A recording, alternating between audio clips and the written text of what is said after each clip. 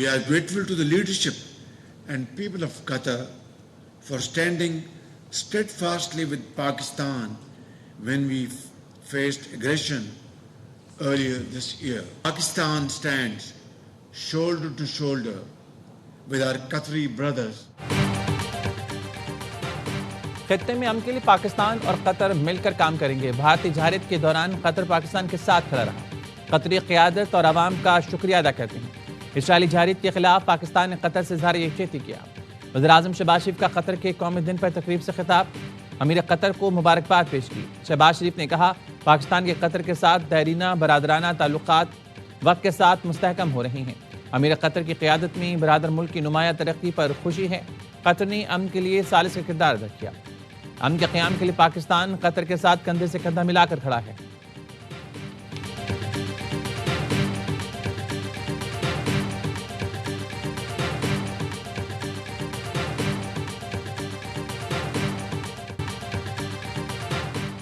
معیشت ڈنڈے کے زور پر نہیں چلتی، پیار سے چلتی ہے. حکومتیں ڈنڈے کے زور پر معیشت چلانے کی کوشش کرتی رہی ہیں.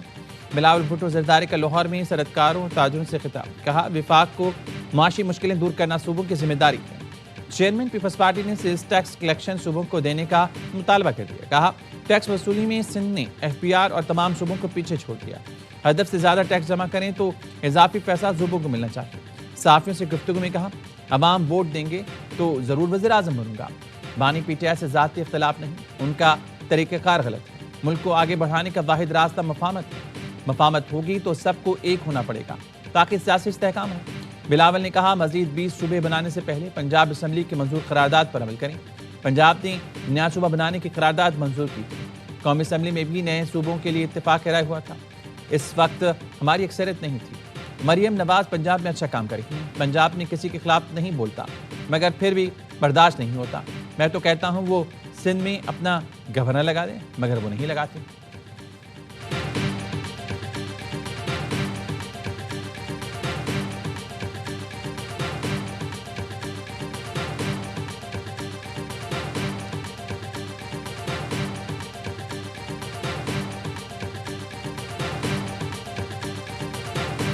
خان صاحب کا اور ہمارا یہ تقاضا ہے اور یہ خان صاحب کا حق ہے کہ وہ ڈاکٹر جن پہ خان صاحب کو خود بھروسہ ہے، جو ان کے پرسنل نالج ہیں اور سالوں سے ہیں، دہائیوں سے ہیں، وہ خان صاحب کا معائنہ کریں. ہم کسی اور رپورٹ کو درست نہیں مانیں گے. پی ٹی آئی نے بانی کی سرکاری طبی رپورٹ ماننے سے انکار کر دیا. پیمز اسپتال کے ڈاکٹرز نے اڈیالہ جیل میں بانی پی ٹی آئی کا طبی معائنہ کیا. معائنے کی رپورٹ جیل حکام کو بھیجی جائے گی. ڈاکٹرز کی ٹیم میں جنرل فزیشین، جنرل سرجن، ماہر پیتھولوجی اور اسکن اسپیشلسٹ شامل تھے. پی ٹی آئی کے سیکرٹری جنرل سلمان اکرم راجہ نے مطالبہ کیا بانی کا معائنہ ذاتی معالجوں سے کرایا جائے.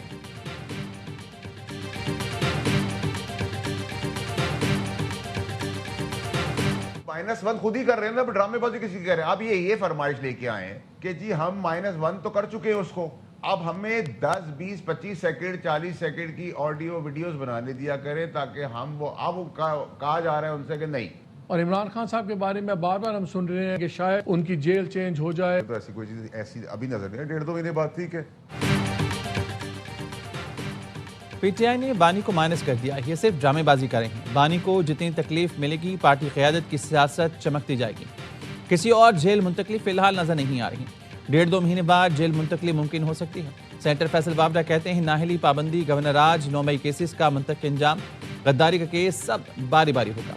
سینٹر خرم ذیشان ڈیجیٹل دہشت گردی کی ہے، اسے ڈھونڈیں گے اور پکڑیں گے. جیسے چلیں گے ان کے ساتھ ویسا ہی ہوگا. 11 تاریخ سے پاکستان کی اچھی خبریں آنا شروع ہو جائیں گی.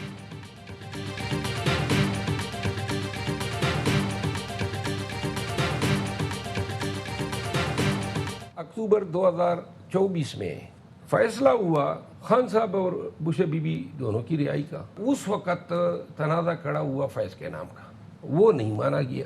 پھر 24 نومبر آتا ہے، 24 سے 25 اس پروسیس کا تو میں خود حصہ رہا. اس وقت انہوں نے 1 ہفتہ ٹائم دیا کہ جی آپ سنجانی میں بیٹھ جائیں. اب یہ تو زبان زدے عام بات تھی کہ ہم نے بالکل آفر کیا تھا سنجانی کا، لیکن اور تیسری دفعہ پھر دسمبر میں جب گارنٹرز آ گئے جو آپ کو علم ہوگا. بانی پی ٹی آئی کی رہائی 3 بار ممکن ہوتے ہوتے بچی رہ گئی. شیر افضل مروت کا پروگرام آف دی ریکارڈ میں انکشاف، حکومتی رہنما بیرسٹر شکیل نے بیان کی تائید کی۔ شرف المروت نے کہا اکتوبر 2024 میں فیصلہ ہوا، بیرسٹر گوہر، بیرسٹر سیف، الیمین گواہ ہیں۔ فیصلہ ہوا کہ بانی اور بشرا بی بی دونوں کی ضمانت پر رہا کیا جائے گا۔ اس وقت فیض کے نام کا تنازع کھڑا ہوا کہ وہ بھی رہا ہوں۔ فیض حمید کی رہائی سے متعلق اس وقت مانا نہیں گیا تھا۔ 24 نومبر 2024 کو بھی بانی کی رہائی کے لیے ایک ہفتے کا وقت دیا گیا۔ بانی کی رہائی ہوتے ہوتے بچی۔ اس حقیقت کو جھٹلایا نہیں جا سکتا۔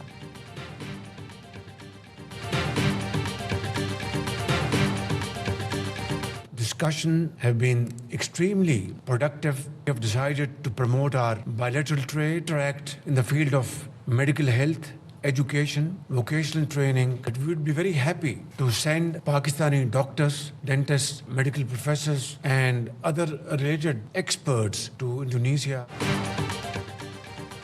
پاکستان اور انڈونیشیا کا سیاسی، سفارتی، اقتصادی، تجارتی، دفاعی تعاون بڑھانے پر اتفاق۔ شاہ عرب دور مالک کے IPPTA معاہدے پر نظرثانی کا فیصلہ۔ دونوں ملکوں کے درمیان مفاہمتی یادداشتوں پر دستخط۔ وزیراعظم اور انڈونیشین صدر کی وزیراعظم ہاؤس میں 1-on-1 ملاقات۔ وفود کی سطح پر بھی اجلاس ہوا۔ Chief of defence forces field martial Asim Munir اور وفاقی وزراء بھی شریک ہوئے۔ پاکستانی ڈاکٹرز، میڈیکل پروفیسرز اور ماہرین کو انڈونیشیا بھیجنے پر اتفاق۔ وزیراعظم نے غزہ کے لیے انڈونیشین صدر کی سفارتی کوششوں کو سراہا۔ انڈونیشیا کے صدر نے JF-17 تھنڈر طیاروں کی سلامی کو اعزاز قرار دیا۔ ایوان صدر میں انڈونیشیا کے صدر کو اعلیٰ ترین اعزاز نشان پاکستان سے نوازا گیا۔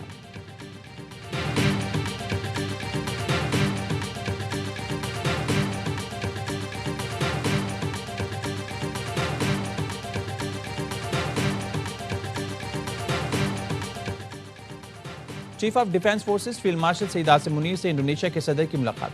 افواج کے درمیان تعلقات مزید مضبوط بنانے کے عزم کا اظہار۔ فیلڈ مارشل سعید عاصم منیر نے کہا پاکستان انڈونیشیا کے ساتھ تعلقات کو قدر کی نگاہ سے دیکھتا ہے۔ دفاعی تعاون، انسداد دہشت گردی اور استعداد کار بڑھانے کے منصوبوں کے خواہاں ہیں۔ ISPR کے مطابق مہمان صدر نے پاکستان آرمی کی پیشہ ورانہ صلاحیتوں کو سراہا اور خطے میں امن و استحکام کے لیے پاکستان کے کردار کا اعتراف کیا۔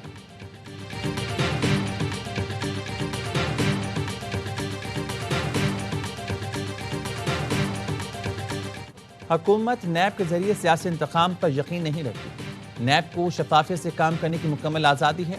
مالی بدعنوانی کے خلاف ٹھوس اقدامات اٹھانا حکومت کی ترجیحات میں شامل ہے۔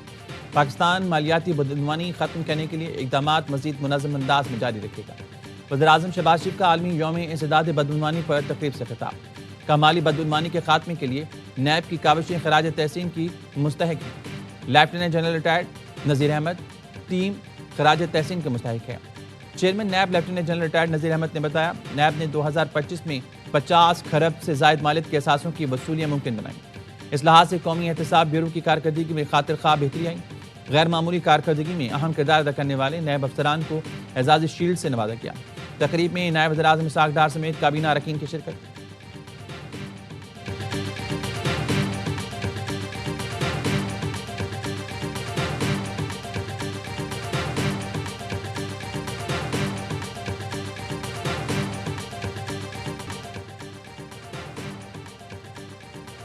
IMF سے $1 ارب 20 کروڑ کی منظوری پر وزیراعظم کا اظہار اطمینان، کہا معاشی ترقی کی راہ ہموار کرنے میں فیلڈ مارشل سعید عاصم منیر کی معاونت کا کلیدی کردار ہے۔ IMF کی جانب سے پاکستان میں معاشی اصلاحات اور اقدامات کے مؤثر نفاذ پر اظہار اطمینان۔ وزیر خزانہ اور ان کی ٹیم کی محنت کا منہ بولتا ثبوت ہے۔ ڈیفالٹ کے دہانے سے ملک کو استحکام اور ترقی کی جانب گامزن کرنا ایک کٹھن مرحلہ تھا۔ وہ وقت دور نہیں جب پاکستان قرضوں سے نجات حاصل کر کے معاشی طور پر خود کفیل ہوگا۔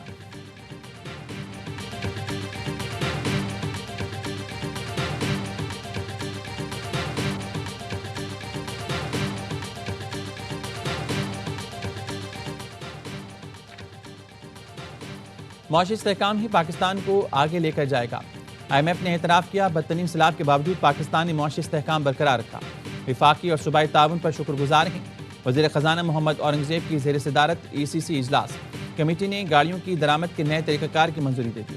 گاڑیوں کی درآمد کے لیے وقفہ 2 سے بڑھا کر 3 سال کر دیا گیا۔ درآمد شدہ گاڑیوں کی ملکیت 1 سال منتقل نہیں ہو سکے گی۔ ECC کا پاور سیکٹر کی مالی پائیداری کارکردگی بہتر بنانے پر زور۔ OMCs اور پیٹرول پمپ ڈیلرز کی مارجن میں 5 سے 10% اضافہ منظور کر لیا گیا۔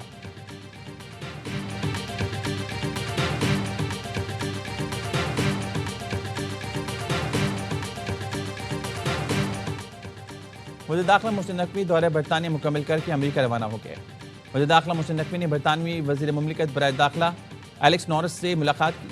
پاک برطانیہ تعلقات کو مزید مستحکم بنانے کے عزم کا اعادہ۔ برطانوی نائب وزیر خارجہ برائے پاکستان اور افغانستان بھی موجود تھے۔ ذرائع کے مطابق وزیر داخلہ نے پاکستان کو مطلوب افراد کے حوالے سے برطانوی وزراء کو آگاہ کیا۔ وزیر داخلہ نے لارڈز میں ہی PSL روڈ شو میں شرکت کی۔ اگلا روڈ شو 13 دسمبر کو امریکہ میں ہوگا۔ محسن نقوی، بابر اعظم، حارث رؤوف اور دیگر شرکت کریں گے۔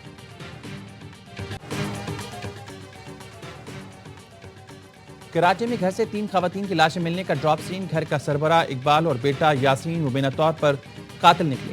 ابتدائی تفتیش میں انکشاف، باپ بیٹا زیر حراست۔ تفتیشی حکام نے بتایا ملزمان نے مبینہ طور پر جوس میں زہریلی دوا ملا کر خواتین کو پلائی۔ ملزم یاسین نے سب سے پہلے اپنی بیوی ماہا کو زہر دے کر لاش کمرے میں بند کر دی تھی۔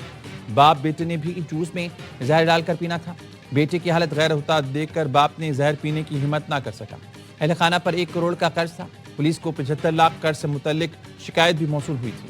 ملزمان نے قرض داروں سے بچنے کے لیے انتہائی قدم اٹھایا۔